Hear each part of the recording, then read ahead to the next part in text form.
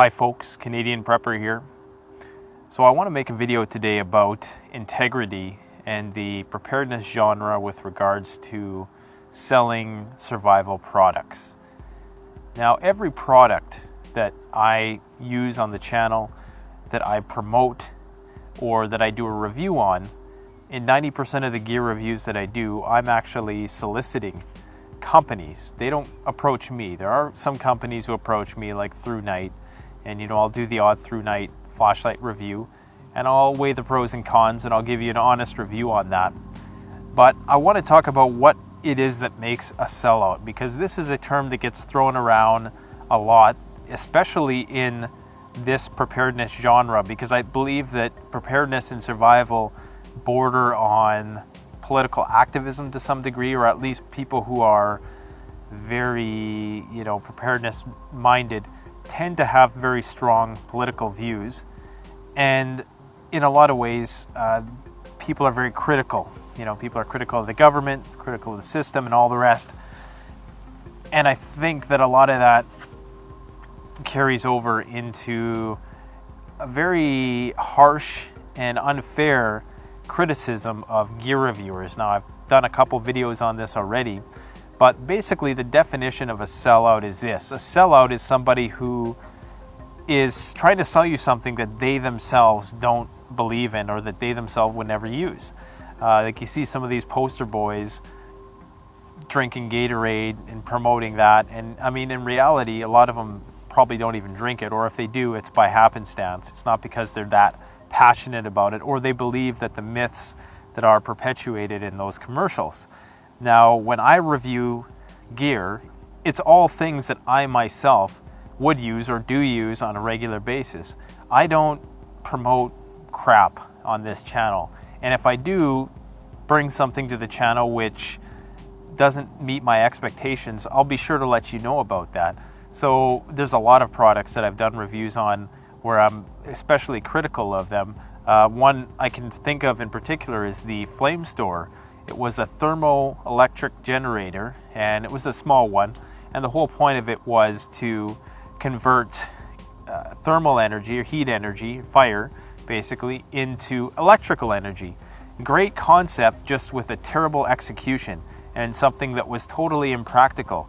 And I was sure to express my criticisms of that product in that video thoroughly, but I also gave it praises for trying to chart a new territory. There is the Porta Pot or Power Pot or whatever it is.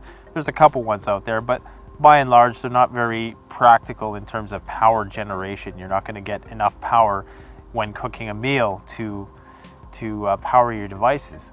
So I find that the proportion of criticism of quote-unquote sellouts in the preparedness community is far greater than anywhere else on YouTube. In fact, anywhere else on YouTube, if you sell something on your channel, it's called branding.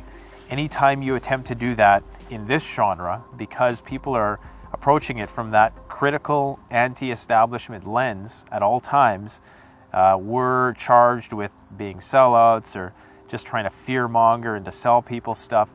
All of these criticisms, which are not present on 90% of the YouTube channels who have millions of subscribers. They can just shamelessly promote stuff, doesn't matter what, and nobody will bat an eye about it. Everybody will be very understanding and sympathetic to the fact that, these people are taking time and energy to produce videos for you, infotainment. Some of it's more information, some of it's more entertainment, some of it's in between. And people, for the most part, in most other genres, seem to really respect that. And don't get me wrong, I would say at least 85% of my subscribers are very understanding of the fact that, we got to eat, and that it takes time to make these videos, to network with all the companies, to edit, to bring it onto YouTube and to answer all the comments. It takes a lot of time and energy to do all that stuff. And I think a lot of people, preppers who are subscribed to this channel, you might not even be a prepper, you might just be an outdoor enthusiast, are respectful of that. And you can appreciate that we are telling the truth, that we do have integrity with what we're talking about. Now, there's a very handful of channels who might turn a very small profit from advertising for certain companies. But I've said this before, you need to understand the reality of how the market works with regards to advertising on YouTube channels. You don't make a lot of money, not nearly enough. The returns on that are very poor unless you're tipping the 500,000 subscriber scale, really. That's the only time a company is going to look at you and say, okay, we're going to actually pay you a significant amount. You can maybe make smaller amounts for having a sponsorship on your channel or putting some ad before your channel. You might be able to make a small trickle, but nothing substantial. And I know people think that just because, you know, I got like the latest and greatest flashlight and solar technology and all that, that's all great, but that's all stuff which doesn't pay the bills. I mean, I'm in the debt bubble just like everybody else.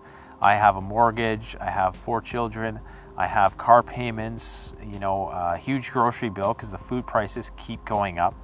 And I'm just like you guys, you know, I'm struggling to maintain some semblance of middle class lifestyle. And in order to do that, I actually have to work a full-time job. I have to have that job because I need a pension, and you don't have a pension when you're on YouTube unless you start a business about it and you pay it into it yourself, which most YouTubers, unless, like I've said, you have a substantial following and you know you can generate revenue with AdSense and Amazon and all the affiliate marketing, then yes, you can maybe make enough to sustain yourself just solely doing that and pay into a pension. But for most people, that's not a reality that they can entertain. So we're forced to work full-time on top of this. So I end up working about 16 hours a day. Literally, at the end of the day, when all's said and done, if I factor in, of course, family time as well, I suppose I'm counting that in there. But I mean, that's work too, you know, having to, obviously it's more leisurely, but it is a necessity to spend time with family and, you know, to do all this on top of it. So right now I'm sort of on the borderline where I would really like to do this full time. There's nothing I would like more than to be able to fully devote myself to bringing content to you guys. There I go again saying content like some mindless YouTube automaton, but bringing videos and information in an informative, entertaining way that's going to not only enhance my own preparedness strategy, but there's a wasp flying around the camera there, but also enhance your lives. And that's what this is all about. You know, I never started this to make money, and you probably should never start a YouTube solely to make money. In fact, when I first started, I never had at all even thought I would ever monetize the videos. And slowly you make concessions. And I know there's a lot of channels out there who passively, aggressively take jabs at the bigger channels who do have monetized videos and who do partake in affiliate marketing. But just all I can say is wait till you get there. You know, wait till you get to the 20,000 plus subscriber mark and you find yourself investing more and more time. You start upping the quality of your production. You start making a greater investment. You're going to need a return in order to justify it to your family members for spending so much time doing it, and to yourself. And rightly so. If you're positively helping people, there's no reason why you shouldn't be compensated for that. Absolutely no reason whatsoever. Now, with political activism and the truth movement, you know, I can see why the ethical lines of marketing get a little bit blurred in that regard, because then, yeah, it does become an issue of integrity at that point. If you're marketing ideas, political ideas in particular, there should be a pro bono aspect to that, I think. But those people got to eat too, right? But I think you get what I'm saying, whereas we're very critical of our own, and we have to support this community, because especially now with the whole YouTube demonetization thing, I know I've heard all the arguments about how now they're just notifying you, but it's a step, you know, it's a step to turn this into television and to slowly choke out all the little guys. And that's just the nature of business. You know, it's the nature of things start very open sourced, and they become more and more regulated and controlled over time, and eventually that system collapses because they, just like Rome, you forget what makes you powerful, and you go down that slippery slope into centralization and harmonization and all that.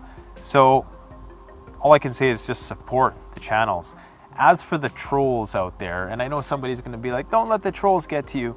The fact is I don't. There are days when I'm a bit more sensitive to some of the criticisms, and I will fire back relentlessly. I won't care what the outcome is. I will fire back, and I'll block people, and I'll do things like that. But it's very rare that I do that because, like I've said many times before, I appreciate the engagement on the channel, whether it's negative or positive, it doesn't matter. But the thing I'll say about a lot of these trolls who come on the channel and criticize people for trying to make some kind of a living off of what we're doing here, it's almost as if these people are so unhappy in their own life, and I've made whole videos on trolls before talking about this concept, that they just can't stand to see somebody do well. They just can't, it's misery loves company is the gist of it. And if they're miserable, then everybody should have to be miserable with them. And it makes them feel better to go on there, type some stuff that's hopefully going to bring somebody down to their level, because their lives suck, but it's self-inflicted. I don't want it to suck. Like I said before, I do feel sorry for these people. I do think that, there's a very enlightened part of me that is actually open to people coming back to the channel and saying, hey, I'm sorry I said that, I was being very immature and juvenile in my remarks, and I apologize. I'm totally open to that. I'm never going to shut the door on somebody in that regard. But these trolls who just think that we should have to do this for free, like that we should be of such a high moral caliber that we shouldn't have to get paid for investing all of our time into doing this. Whereas, and this is the real contradictory thing, is that a lot of these people, 70-80% of my subscribers, if you were to take a test, I'm sure would lean more to the right. They'd be supporters of the free market, individualist, capitalist system. Yet when it comes down to supporting small business who are trying to do these innovative things for, like with survival gear and preparedness gear and all that kind of stuff, right away their critical mind kicks in, and they start saying, oh, you're just trying to fearmonger and make money off of people, unless you're somebody who's already there. So if you're somebody who's already a millionaire like Trump, then they'll worship you. They'll just take that as a de facto thing. That's just a reality. He's a millionaire. But if you're somebody who's aspiring to get to a higher position in life, and you're where they are right now, it's like crabs in a bucket. There's no way they're letting you get out of there. They're going to try to pull you down, piggyback on the back of you. Nobody's going to get out. And I by no means want to be a millionaire. I've never wanted to be wealthy. That's never been a motivation in my life. If it was, I wouldn't have done an arts degree, a liberal arts degree where I took psychology, sociology, things of that nature. I would have never went into that field. I would have never started doing this. I would like to have a comfortable, sustainable living. That's it, So the motivation is not to get rich. It's not to get, I got a lot of cool stuff. I'll admit it. And my collection of stuff is growing, but stuff doesn't pay the bills. And at the end of the day, it's just stuff. That the time that I've invested in this channel, I could have used that to do other things, to educate myself. So I'm probably, 2 or 3 times behind where I should be in terms of my actual survival and preparedness knowledge. So take that into consideration. I just thought I would bring that up today because something which needs to be said, that be careful of who you call a sellout, because everything I review on this channel, especially the thing that I'm going to be reviewing in the next week, is something that I'm very passionate about and that I'm enthusiastic about and that I myself will use. That's why I share it with you. You don't have to buy it. You don't need any of this stuff. The only thing you need to survive is this. when it really comes down to it, you could survive out there with a loincloth if you had the, I think the mic's getting interfered here, if you had the knowledge and the experience of living off the land. Yeah, you don't need a whole lot, but it helps. And let's face it, 99% of us are not mentally prepared for that. So thanks for watching. Don't forget to leave your comments below. Remember, you can support the channel in a variety of ways. You can like the video, subscribe, comment. You can do your preparedness shopping through the Amazon affiliate store. You can buy a t-shirt, and just so you guys know, I'm not making money off these t-shirts at all. I've barely recouped. I think I just may have recouped the cost of the initial investment. So I've basically made nothing off them yet, but they're cool t-shirts. Go check them out if you enjoy them, if you want to sport some prepper wares. And I also have a PayPal donation button. I think I've gotten about $200 total in donations since I started this channel. One of those, or half of that I should say, was from one person. You know who you are. I'm greatly appreciative of that $100 donation that you gave me. That was just, things like that really keep me motivated. Not even just money, just, you know, hearing comments about how I'm helping people, you know, to get in better shape or, you know, get more prepared. Things like that are just excellent. I do have a Patreon account. I've never really dived into that yet, but maybe at some point I'll start up the Patreon thing. But there's something about that I just, you know, maybe it's a concession that I've yet to make yet. Anyways, thanks for watching. Canadian Prepper out. Check out the Canadian Preppers Network blog, an excellent resource for survivalists and preppers.